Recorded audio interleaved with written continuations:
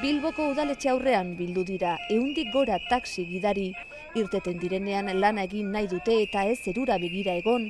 Horregaitik, guztiek gehienera 10 ordu egitea eskatzen dute. Con esta medida vamos a dar un mejor servicio al cliente y lo que es muy importante, vamos a conciliar una vida familiar pues mucho Bizikalitatean mejor. asko irabaziko luketela dio Imanol Bilbaok. Urte asko daramatza taxista modura eta orain, egonean galtzen duten denbora hori, gustokoak dituen ekintzetan erabiltzean lortu nahi du.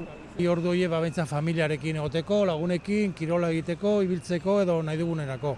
Elite izena hartu duen talde berrian bildu dira guztiak. Egun zuloz betetako zakua den taxisten kolektiboaren lana konpondu eta hobetu nahi dute, eta dagoeneko taxian publizitatea eramateko baimena lortu dute. Horrek suposatuko luke beste diru iturritxo bat izatea. Kanpoan atzeko atean eman ahal izango dute eta barruan berriz eserlekuen atzekaldean jarritako pantailetan.